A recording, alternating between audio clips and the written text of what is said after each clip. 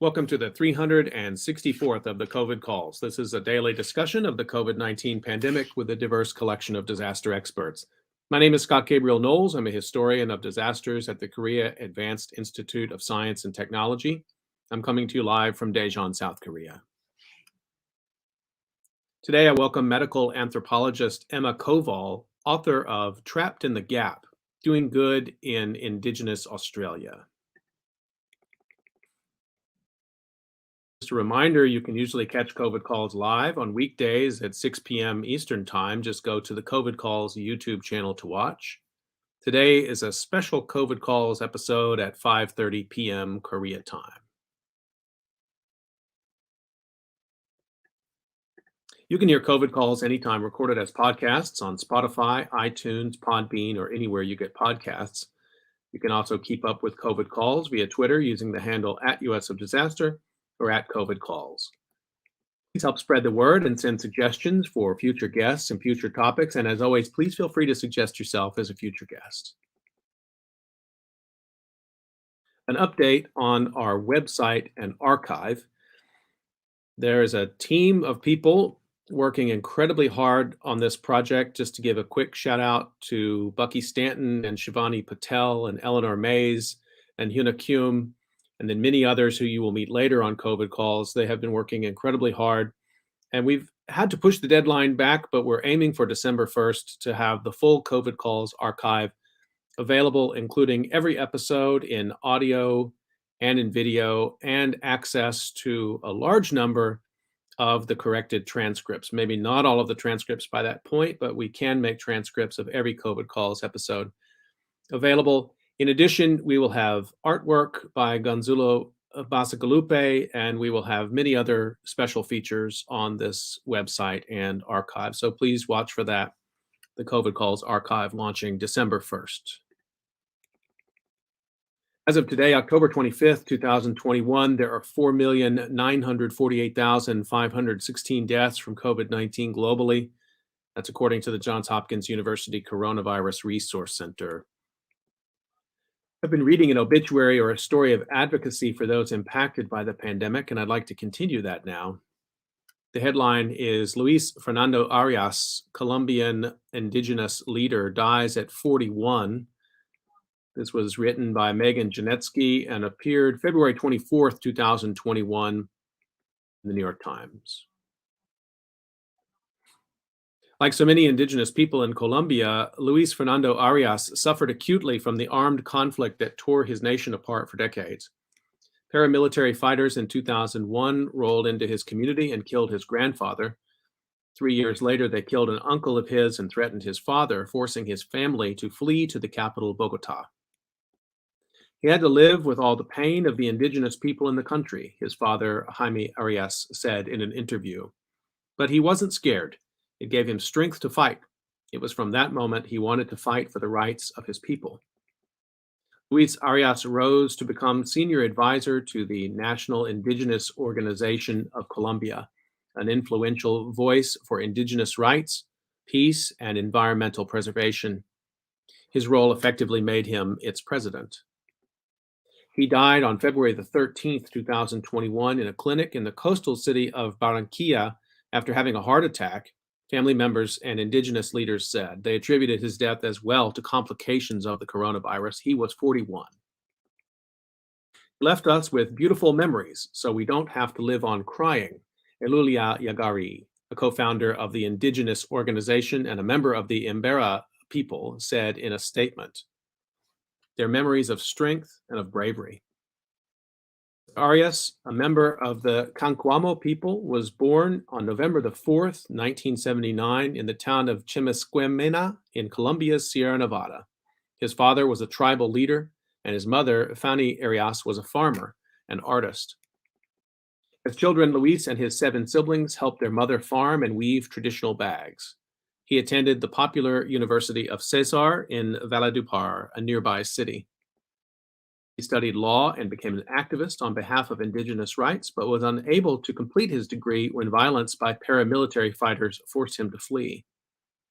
Mr. Arias began working with the National Indigenous Organization in 2005, organizing political action and protests. His driving ambition, friends and family said, was to ensure that Colombia's 102 indigenous groups had a place at the table in deciding the country's future. He was a delegate representing indigenous peoples at negotiations in Havana, in Cuba, that led to peace between the Colombian government and guerrillas of the Revolutionary Armed Forces of Colombia in 2016, raising his voice to make sure that the peace agreement safeguarded the rights of both indigenous and Afro-Colombian communities. As a result of efforts by him and other delegates, the accords included an ethnic chapter aimed at restoring indigenous rights. He brought the plight of those communities to an international stage, testifying at a congressional hearing in Washington and speaking privately with legislators. Along with his father, Mr. Arias is survived by his mother, his siblings, his wife, Cindy Paola Arias, and his two children, Jaime Luis and Luis Manuel. The article was Luis Fernando Arias, Colombian indigenous leader, dies at 41.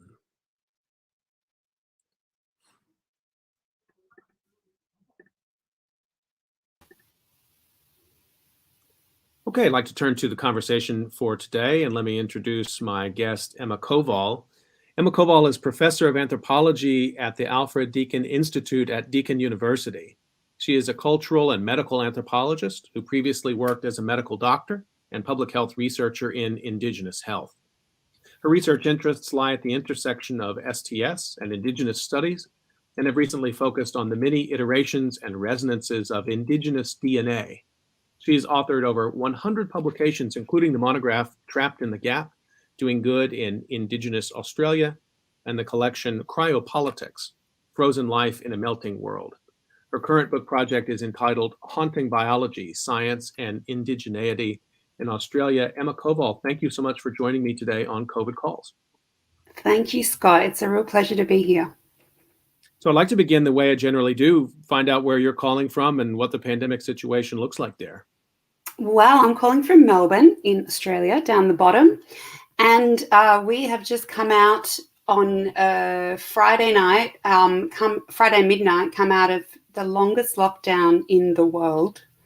Collectively, we had 7 lockdowns, but collectively it was 263 days, which was more than the Buenos Aires, which had 234 days. So we've beaten everyone for lockdown. And that lockdown was to achieve a zero COVID target. I mean, help us understand the context of that. It's really, I'm not sure if it's a right or wrong approach, but it's so extreme compared to what other countries have pursued. Yeah, it has. So we started with a zero lockdown, a suppression and elimination in all through 2020, which was successful in that we did get down to COVID zero in the whole country. So similar to New Zealand and some other countries in Southeast Asia, where the idea was just to get rid of it while we wait for a vaccine. And that worked, but at the massive economic cost, many tens of billions of dollars in economic stimulus to support people. So we did actually support people who were not able to work or not able to run their businesses, and complete closing of the borders, both international borders, but also borders between the states. So it's been quite a time. And then this year we've had a very delayed vaccine rollout compared to other, OECD countries. We've been near the bottom of the vaccine rollout league tables, although now we are doing extremely well. And it's all been about supply. There's been a lot of criticism of our federal government. So the state governments are responsible for most things related to COVID and public health controls, but the federal government was responsible for quarantine and responsible for obtaining vaccines, and they failed really badly at both of those. So it's been, a really challenging time. The comparisons to South Korea, where I am, are pretty apt, I think. Both countries, although they didn't pursue a zero COVID strategy here in South Korea, but very strong infection control measures from early on, but then left, and both very technologically sophisticated, wealthy countries, but maybe without the biotechnology capacity of some other countries that are wealthy and have been left in a similar situation. Do you have vaccine on demand there in Melbourne yet, or not quite? Yeah, so this kind of relates to vaccine sovereignty, which some countries do really well, like India, although then still actually supplying the country was another challenge. But and Taiwan has had attempts at vaccine sovereignty. So in Australia, we had quite a few vaccines in development. We had one that was very promising in the University of Queensland, but unfortunately at a late stage it was found to cross-react with the HIV, with an HIV test. So basically it gave you a positive HIV test, or it may. So it was done, scratched, which was hugely disappointing. And then we have had local manufacture of AstraZeneca. So the AstraZeneca was our big, our other big bet, and that worked out really badly because of this rare, very rare side effect of thrombosis and deaths, which came out to about 1 in a million doses.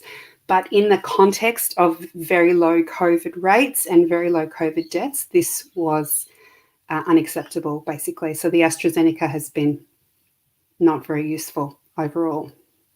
Just one more thing about the lockdown before we move on from that that part of it. You said that you had set the record there. Is there in that sense? I mean, you're an anthropologist, so you're attentive to these COVID cultures. Is there something about the endurance of that which makes the experience for people in Melbourne somehow special? Are there reference points and ways of talking about that lockdown that might, I mean, most people experienced it when I did in New Jersey, for example. It was, a couple of months. And then leaders in the United States, including those in liberal states, were eager to lift that with restrictions. But, people still talk about that period as if they were living through a war. I can only imagine the kinds of cultural, language or shared customs that must still be circulating around that length of lockdown there. Yeah, well, we're all still pretty traumatized. It's still very early days, only 3 days out of it. My kids are still not back at school. One of them was at school today, which is amazing. So tomorrow is actually my first day when both kids will be at school. For most of the last 2 years, we've all been at home together. The mental health toll has been great. We haven't had an increased suicide rate, apparently, which is really good, but there's absolutely been massive increase in demand for mental health services, particularly things like adolescent girls and eating disorders. And I think particularly for the adolescents, it's been incredibly difficult. So, but we have had very low rates of death, very low rates of COVID. So this last year, the lockdowns were all about elimination. This year, they've been about protecting the health system while we increase our vaccination. So now we are one of those countries, and in many states in Australia, they're still facing this, shifting from a COVID zero mentality to a living with COVID mentality, which I suppose places like the UK and Europe and the US, it's impossible to even imagine that, but it is very challenging. But no, it's been incredibly difficult. It's also been incredibly politicized between states. So our most populous state is just to the north of us. So Melbourne's the capital of Victoria, and Sydney, which everyone knows Sydney as well, is capital of New South Wales. And we have a conservative state government in New South Wales and a small L Liberal state government in Victoria. And lockdown was incredibly politicised. So New South Wales, their conservative government were, relatively resisting lockdown and led to our third wave. So anthropologically, it's been incredibly exciting, really, despite all the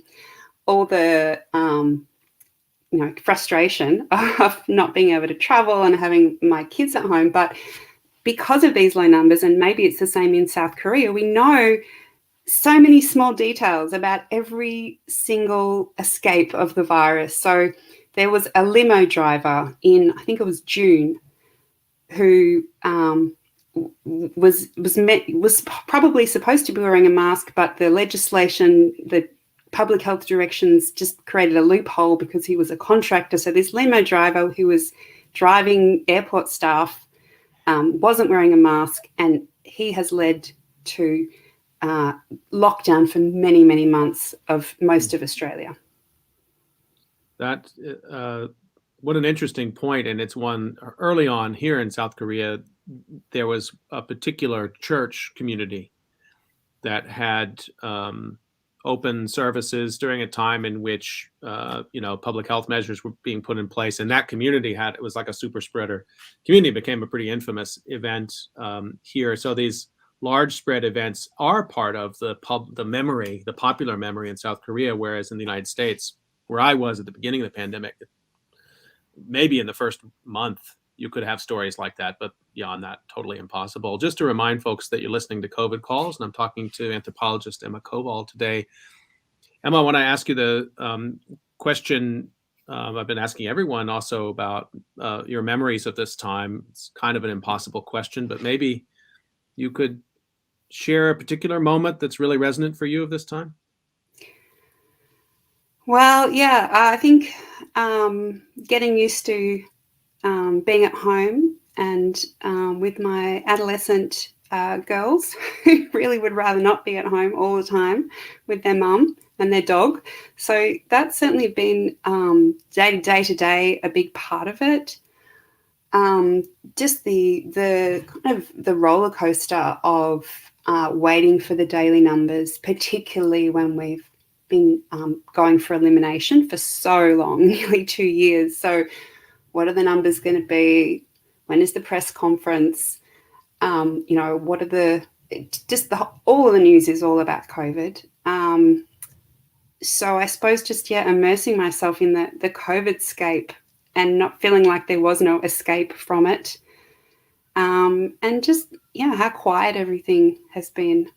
But I think Melburnians, you were saying before, Melburnians is what we call ourselves, there has been a huge amount of solidarity and a huge amount of those, like the neighbourhood practices where people, put things in their front yard so that young children walking in the neighbourhood can be entertained and, happy things like that.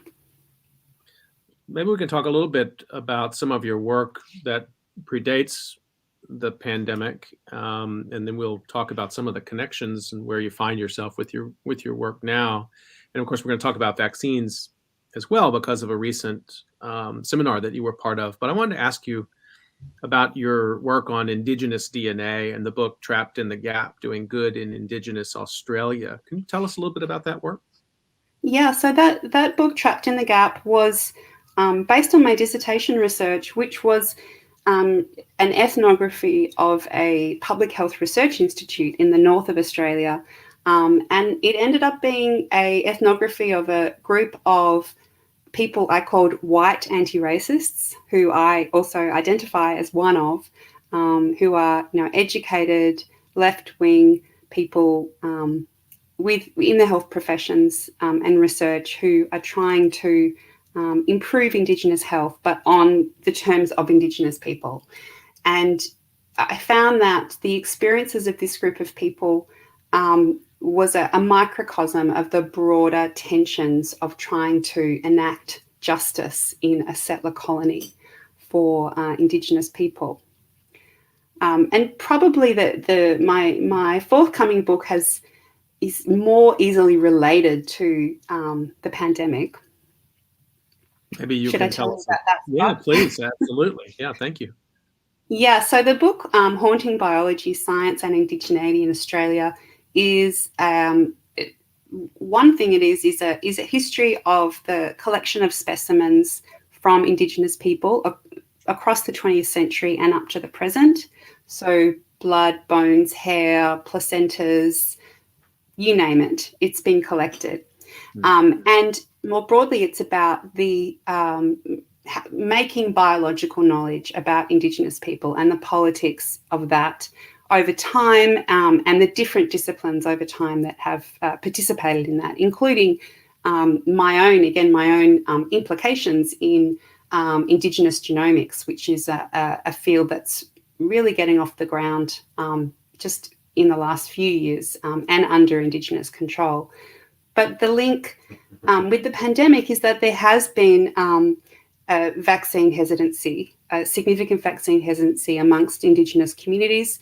We had, way back when, a million years ago, when we started the vaccine rollout, we had 1A groups, which were the highest priority, and 1B, and Indigenous people were right up there. But the vaccine rollout just really didn't happen. So we were left in the recent outbreak starting in June from that limo driver in New South Wales, which was not adequately locked down, unfortunately, because of this because of politics and business interests. So that we had the Louis Vuitton stores were still open when everything else was closed. It was, that's another really strong memory of the pandemic, is extreme frustration at seeing the politics getting in the way of a public health response. But we have had, significant vaccine hesitancy, which has led to outbreaks in Aboriginal communities. So watching it go from that limo driver then to the kind of wealthy suburbs of Sydney, still not locked down. When it got into the poorer suburbs of Sydney, then lockdown happened and was actually extremely harsh in these particular areas where the poorer people live. And then it spread to Aboriginal communities in the far west of the state. And that was just so heartbreaking, because it was so preventable, and Aboriginal communities had done an incredible job stopping the virus getting in for so many months, and for most of the pandemic. And the vaccine hesitancy is really about history. It's really reconnected to that history of scientific research on Indigenous people, which was done in ways that objectified them, that contributed to their oppression directly through policies. So that is still playing out today. Well, we're definitely going to want to read that book, and you have some, people can find, and I'll put up some links, some really nice articles that appeared in the conversation just in recent years, also about some of these same issues, and terms around like medical repatriation and this process of returning these specimens. I'd like to talk a little bit more about that, because I think to connect vaccine hesitancy in the present and public health disparities in the present to Aboriginal experiences with medical research in the not too distant past is a really important link to make. So set that table for us a little bit, like who was doing the collecting of specimens and for what purpose, and then maybe we can talk about why and how those specimens actually get returned. Yeah, so one of the collections that I've done a lot of work on, and some co-authored work with Joanna Radin, who's a historian of medicine at Yale, a historian of science, I should say. So that was around blood collections, predominantly in the middle of the 20th century. So there was a worldwide program, the International Biological Program, that ran from 1964 to 1974. And the aim was to take stock of the biosphere in the tradition of the International Geophysical Year that had been such a huge success about a decade earlier. And one of the 7 arms was about human diversity and taking stock of human biological diversity. And this involved mostly focusing on Indigenous groups, and other groups with particular interesting physical characteristics, like people living at high altitudes. Millions of blood samples were collected, and this coincided, of course, with technological advances. Importantly, being able to transport blood samples through mobile refrigeration back to the lab, which was developed in the 1950s through methods to transport bull semen to standardize the meat industry. That's Joanna Radin's work, but I just love that. It's just these incredible little pieces of history. And also the starch gel electrophoresis, which was another really important technology that allowed different kinds of proteins to be compared from around the world. And I suppose it's like the next generation of blood groups after blood group research developed in the early 20th century. So there was a whole world of different kind of protein types, which was a proxy for looking at genetic differences. So these samples were collected from every continent in the world. No human samples from Antarctica, but and a lot of samples from Indigenous Australians, and they went to centres. So in Australia, they went to Canberra to the John Kearns School of Medical Research, and there they stayed. And in an article in American Anthropologist, Joanna and I kind of tracked the afterlives of two collections, one of Carlton Gajdusek, who's a really important and famous and infamous scientist from the mid-20th century, and one from Bob Kirk, who was his good friend and the kind of Australian counterpart. So there are two collections, one at SUNY Binghamton today, and one in Canberra at the Australian National University. And some of these two collections held samples of the same people, and like aliquots, little pieces of the sample, some held in different places. And these were, though, under extremely different socio-political conditions. So while the freezer had preserved the samples over many, many decades, the conditions outside the freezer had changed hugely comparatively between the US and Australia. So in Australia, the Indigenous activists and Indigenous organisations, which were forming at a huge rate in the 1970s and then in the 1980s, they looked at the issue of repatriation of human remains. So this was, and Australia was very early and foundational in a movement which is now worldwide, of Indigenous peoples trying to seek the return of their ancestors from museums. And there was an interesting way that these blood samples in the freezer began to be implicated in other questions of repatriation. And so that awareness of those samples and the discourse around that repatriation make that connection then to Aboriginal vaccine hesitancy or more medical hesitancy more generally. Yeah, well, the vaccine hesitancy. The link is that research and medical care, but particularly, the research that leads to advances in medical care depends on a social contract. So the whole idea of altruism is that the citizen participates in research because they may personally benefit, but their polity will benefit, that whether that's their nation or humankind more generally.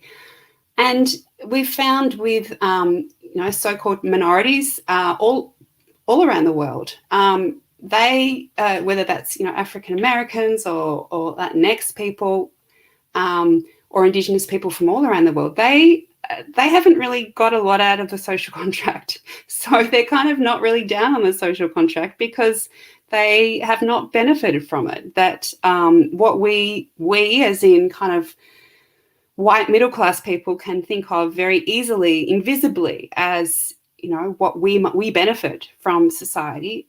Groups that really have not benefited from it and have actually had research and even healthcare as something that has led to furthered their oppression and inequalities. Just want to remind everyone that you're listening to COVID Calls, and I'm talking to medical anthropologist Emma Koval today. We're talking now about the history of medical sample taking among Aboriginal peoples and what that has meant for vaccine hesitancy in Australia. Just one more piece of that I wanted to ask you about before we talk about vaccines a little bit more is around the DNA tests and sort of the discourse around that in Australia. And I'm thinking about in the United States, certainly, and of course, Alondra Nelson and others have written about these DNA tests quite beautifully. And it became in the United States, starting a few years ago, this sort of like a ancestry.com sort of approach. Like, of course, everyone will want to know where they come from, right? And so this is just an extension of doing your family tree, is also to get your family DNA profile. And of course, that raises so many complicated questions at the individual level, at the family level, and then of course at the community and population level, most of which I think people were not prepared for when they started doing those kinds of tests. I don't know how that connects to your work necessarily, but I'm particularly interested in how that's played out in Aboriginal communities, or people discovering that maybe they are also connected with that community in ways they hadn't realized. No, that is a big, I'm super interested in that and have published on that. So an article in New Genetics and Society, and another one in Human Organization in the Applied Anthropology Journal, and one other one that I just, Ethnic and Racial Studies, I believe. So just to take one step back, my work really has focused around Indigenous DNA, in scare quotes, but I've really looked and engaged with the full spectrum of how that is, refracted in 21st century social life. So I've engaged in precision medicine and projects, not so much ethnographically, but more practically, trying to participate as a medical anthropologist and social scientist in projects that try and include Indigenous people in the precision medicine revolution and not actually make health inequalities worse. Also working with ancient DNA scientists and trying to understand all the politics of using ancient DNA, which relates quite directly to questions of genetic ancestry and genetic ancestry testing. Also, I've looked at epigenetics as well, which is another story.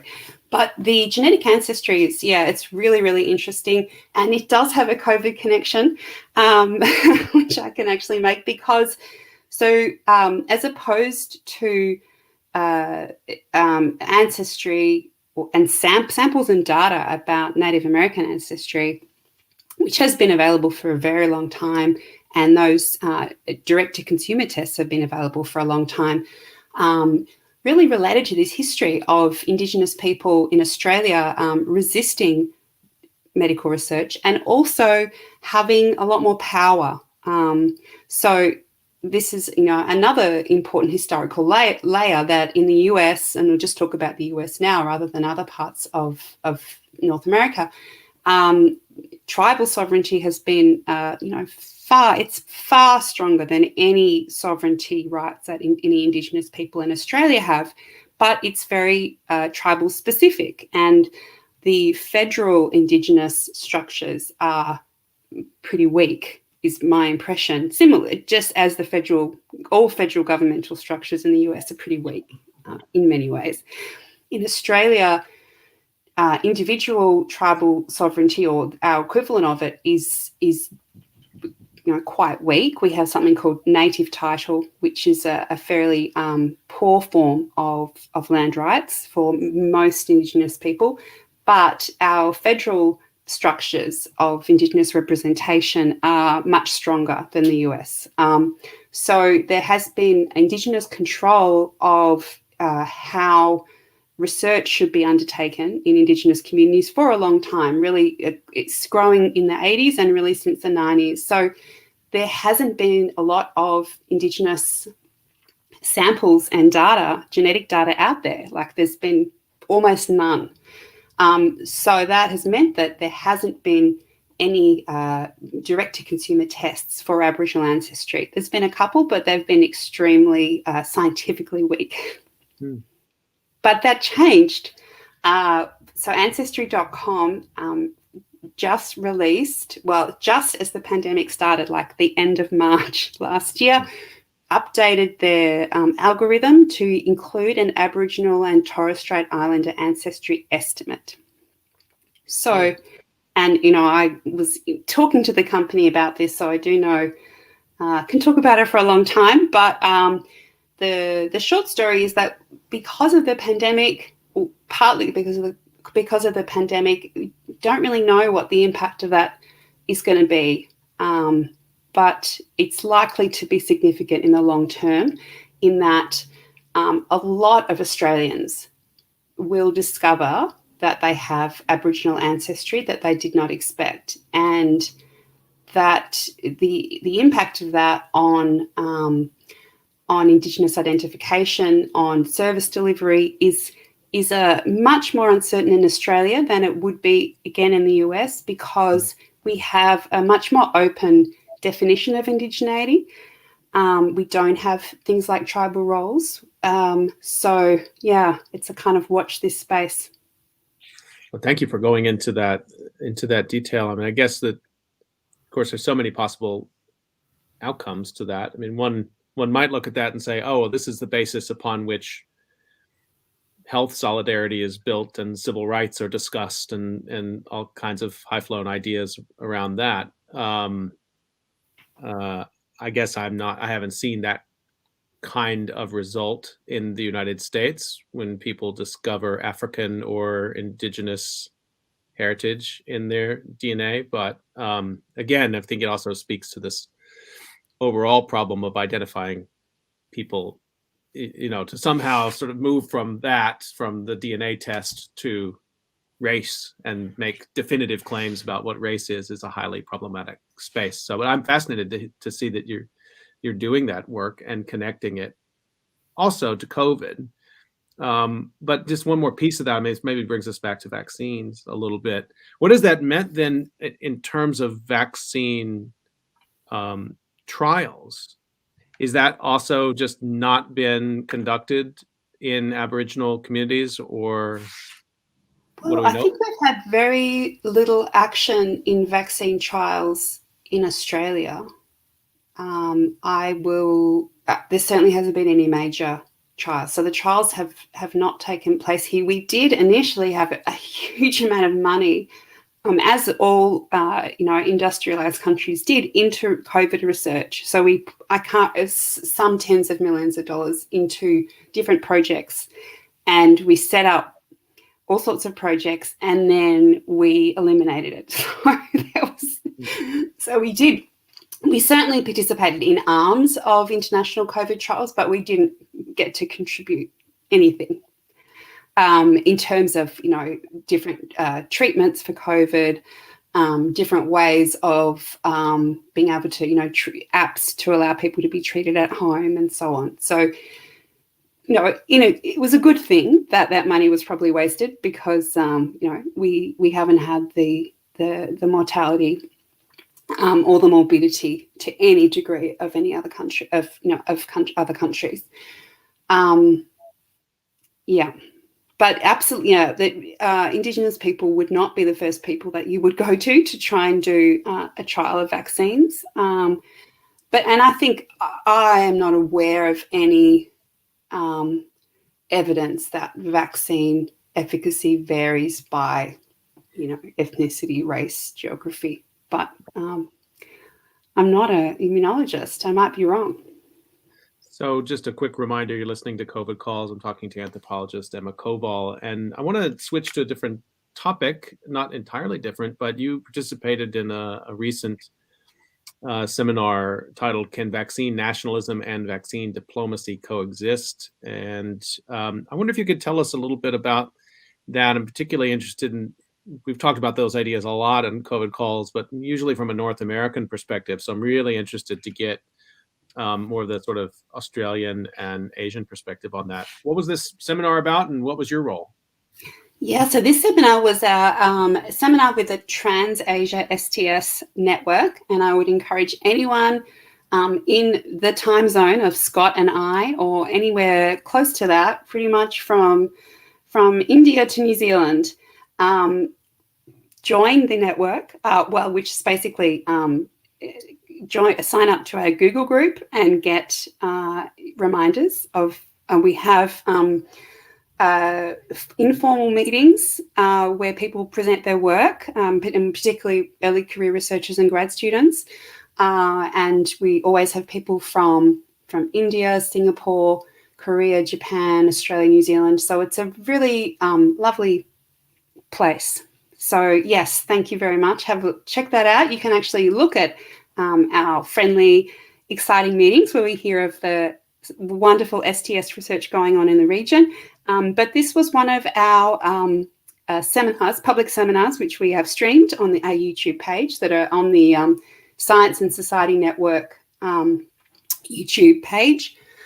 And this was Awa Ong, of course, professor of anthropology at Berkeley, who has been working on questions of vaccine nationalism and vaccine diplomacy in Asia. So, and I'm sure that work will be coming out in some form that we can all read, and we'll have to look out for that. But yeah, she was exploring the politics of vaccines in the region. So from the vaccine nationalism, of course, particularly of China, but really all countries that are trying to use vaccines to further their diplomatic and foreign relations interests. Vaccine diplomacy, which I suppose is a way that vaccine nationalism can be furthered.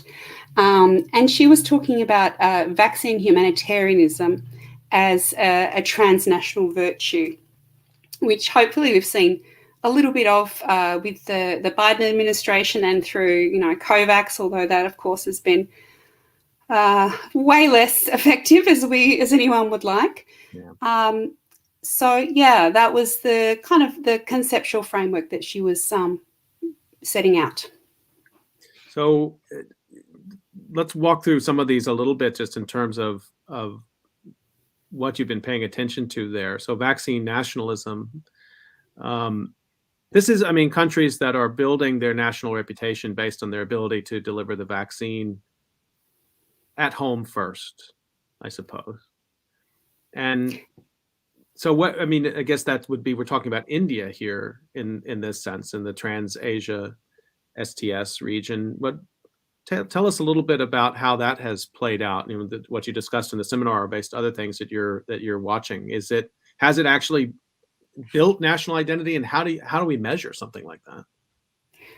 Yeah, well, I think she wasn't working from field research, which is a problem for all of us anthropologists at the moment, that we are kind of like doing our best and using concepts like patchwork ethnography that have been risen in popularity, because they really are what we have to try and work with as best we can until we can get out in the field. But looking at Taiwan, Indonesia, Malaysia, and which countries are engaging with Sinovac, with the Chinese vaccine.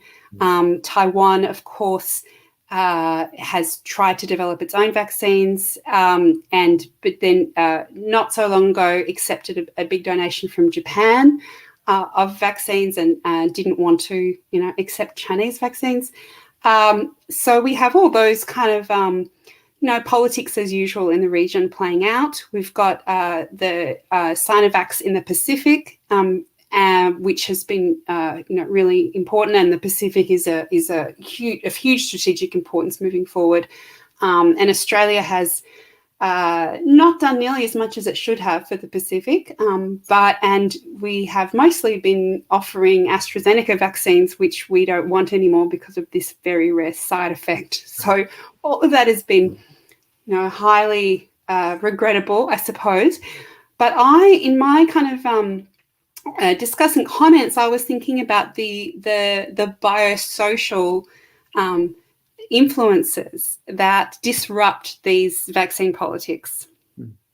Should I tell you about those, Scott? Yes, please. And I want to hear about that. And I'm thinking also, I want to put a pin in this and ask you about the Australian experience, because, there's the regional identity, but then there's the sort of Anglophone identity, and whether, if AstraZeneca is what you had there, how much does that have to do with just strong biomedical ties to the UK? So let's come back to that, but talk a little bit more about, what your commentary had to do.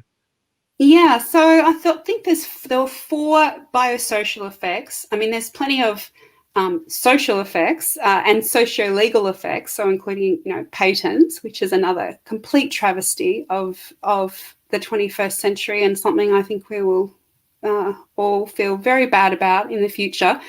But patents is not at all my area of expertise. But in terms of the biosocial effects, so we have firstly, we have the variants, of course. So we have the significantly less efficacy against infection and spread because of the Delta variant, when our first generation of vaccines were based on the original, the OG.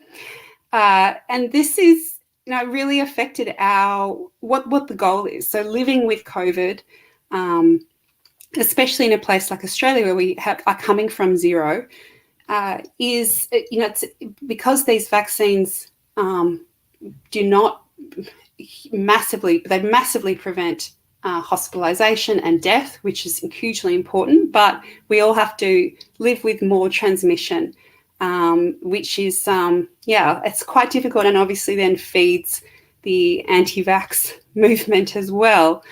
So the evolution of the virus, which of course we're constantly at risk of, particularly when we are doing such a bad job vaccinating many parts of the world, that is an ongoing fear. And I think that's what in Australia, I think people are fearing, what's coming next? What's the next variant? Are we going to have vaccine escape?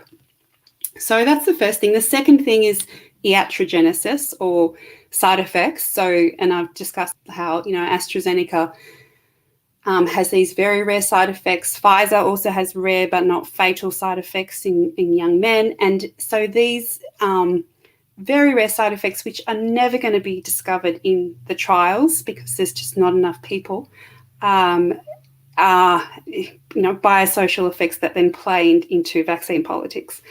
Then you have waning immunity. So I think we're all familiar with, that we're all going to need booster shots, and we just don't know what the future looks like. But again, that's something that no one really knew about or expected. Well, I'm sure people expected it, but it wasn't totally unclear how long the immunity will last. And that's another kind of part of the vaccine aesthetics, I like to think of it as, in Australia. So AstraZeneca was seen as, the poor man's vaccine in a way. Like everyone wanted Pfizer, and people were waiting to get Pfizer, which was a huge problem. And so when it was found that after about 6 months, AstraZeneca was actually better than Pfizer, because the waning immunity this gradient of the curve is steeper with Pfizer. That kind of helped AstraZeneca with its image. But then the fourth issue is vaccine expiry, which has been, I think, really quite interesting. So Australia has benefited from a number of vaccine swaps, which have made up a tiny bit for our complete inability to order enough vaccines and diversify enough with our vaccines. And so a lot of that has happened because the expiry date. So countries like whether the Singapore or the UK, we got some for Poland as well, where the expiry dates mean that they give us vaccine now and we'll give them some later on. So that really, I find it really exciting to think about these biosocial factors which get in the way of countries' intentions in their vaccine diplomacy. There's so many issues that you raised there, each fascinating, and I guess the other thing I'd be sort of curious to know, especially as you're sort of tracing it from country to country, is sort of the decision-making apparatus with this and how that varies from country to country. The relationship between maybe executive branch and then health officials who may be operating at a federal level, but then also municipal leaders, people in big, densely populated cities who are also trying to figure out how they're going to manage vaccine rollout. I mean, you were talking about some of these problems, across states, within, and this happened in the United States as well. So just to come down to some of these issues you were just talking about, the biosocial effects, can you also talk about the way you think about that in terms of decision makers? Like, where's the right, I suppose, locus of decision making with these kinds of things? We're talking about developing vaccines within a country, so our own vaccine nationalism, but then also when to ask and who to ask. I suppose if it's outside the country, that's at a very centralized federal level, but maybe not necessarily. I mean, maybe it's happening within countries as well. Can you expand on that part a little bit? Yeah, I mean, I did read that I think Manitoba in Canada went, they got their own vaccine supply outside the federal government, which I thought was very interesting. So we haven't seen anything like that in Australia. I'm not sure if it would be possible in terms of legislation even. But we certainly have seen variation in decision making between the states. So another iteration of what I mentioned before between Victoria, Melbourne, and which Melbourne's the capital of, and New South Wales, where Sydney is the capital. And there is a very long-standing kind of Melbourne-Sydney rivalry. I don't know if it's like, it's like a New York, LA rivalry in a way that will just never go away. But we are much closer together geographically than Melbourne and LA. So, we can be even more in competition. And Sydney thinks that they are, hands down the best. So, and the New South Wales has a conservative government. So New South Wales is the only state jurisdiction, or we have 2 territories and 6 states, but the only jurisdiction where the health orders are signed by the health minister. Everywhere else, it's by the chief health officer. So the bureaucracy, basically, of the health department and our public health experts, they are the ones that actually decide what the public health orders are going to be when we go into lockdown, whether we'll wear masks outside or inside, and so on, and what the vaccination levels are going to have to be for particular restrictions to be lifted. In New South Wales, it's actually the health minister, the politician, not the public health experts. And this is, it's been very controversial. And the former Premier of New South Wales was very specific in her language that she listens to the health advice and also advice from the business leaders. That was very clear all the way through. Right. I had epidemiologist Greg Gonsalves on COVID calls last week, and he's been very publicly critical of the Biden administration in the United States and its unwillingness to pursue the issue of intellectual property freedom for the mRNA vaccines, and also its sort of foot dragging to try to even use vaccine diplomacy with close allies, not to mention other people in the world, other countries in the world, which may not be allies or close allies. And, I think I don't know how much that stings to the Biden administration or how much they pay attention to that, but that, the Biden administration's arrival in the United States was supposed to be the turn to science and the turn back to some sort of sense of participation in a global community. And it's been just as disappointing, maybe doubly disappointing to those, and I count myself among them, who thought that might be an opening to make vaccine intellectual property more available. Where do you come down on that? Well, Australia is a very minor player in these questions, and I think our Prime Minister has publicly come out for removing patents from vaccines, but I don't know if his opinion really matters a lot. Clearly, India, our neighbour, is really where all the action is, and South Africa for producing pharmaceuticals. The situation in South Korea is one where the president of South Korea went to the United States to have these discussions. And the response was, yes, we will offer vaccine, but it's for your military. Mm. Which again, I mean, we come into this sort of vaccine diplomacy sort of situation. And I mean, you don't have to be too cynical to look at that and say, yes, the United States is willing to make vaccine available to allies, but only when it serves the national security interests of the United States. So it's another layer, which is maybe not surprising.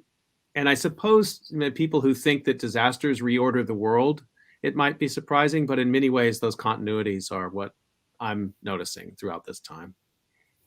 Yeah, and I think that's been the experience in Australia that has highlighted all of the inequalities that were already there. In each time we've had major outbreaks, they have started in rich areas of the city and then moved into poorer areas where where people have casualised labour, where they're working in fields like in security, in aged care, and they very quickly move from between households and they're between industries, which are all poorly paid.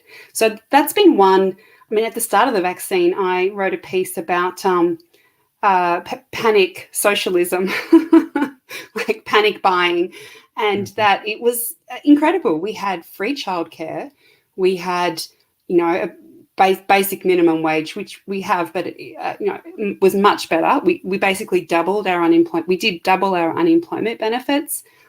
We had a lot of scrutiny on the massive casualised workforce, which is highly insecure and wasn't able to get sick leave, so still had to go to work when they were sick and spread the virus. So all of these long standing issues, homelessness is another one, suddenly were cured. And I still, in my optimistic moments, I feel that we've had a dress rehearsal for climate change. People are talking about listening to the experts, listening to the scientists in the context of COVID, and then trying to translate that to climate change. And let's hope. Just to circle back on that for a second, so the many different social areas there that were met with response and legislation. So did that end life and democracy in Australia? No. We owe a lot of money. We have a massive deficit. But apparently that's okay because interest rates are very low. So look, right. I'm sure you've had economists on, and I want to get more of them on because apparently you can just print money and it's okay. Yeah. So again, I think it's a really great dress rehearsal for climate change, where we are going to have to do massive spending, and people are asking, well, if we can completely change our social structures to address COVID, we can do it to save the climate. And I'm saying that as Australia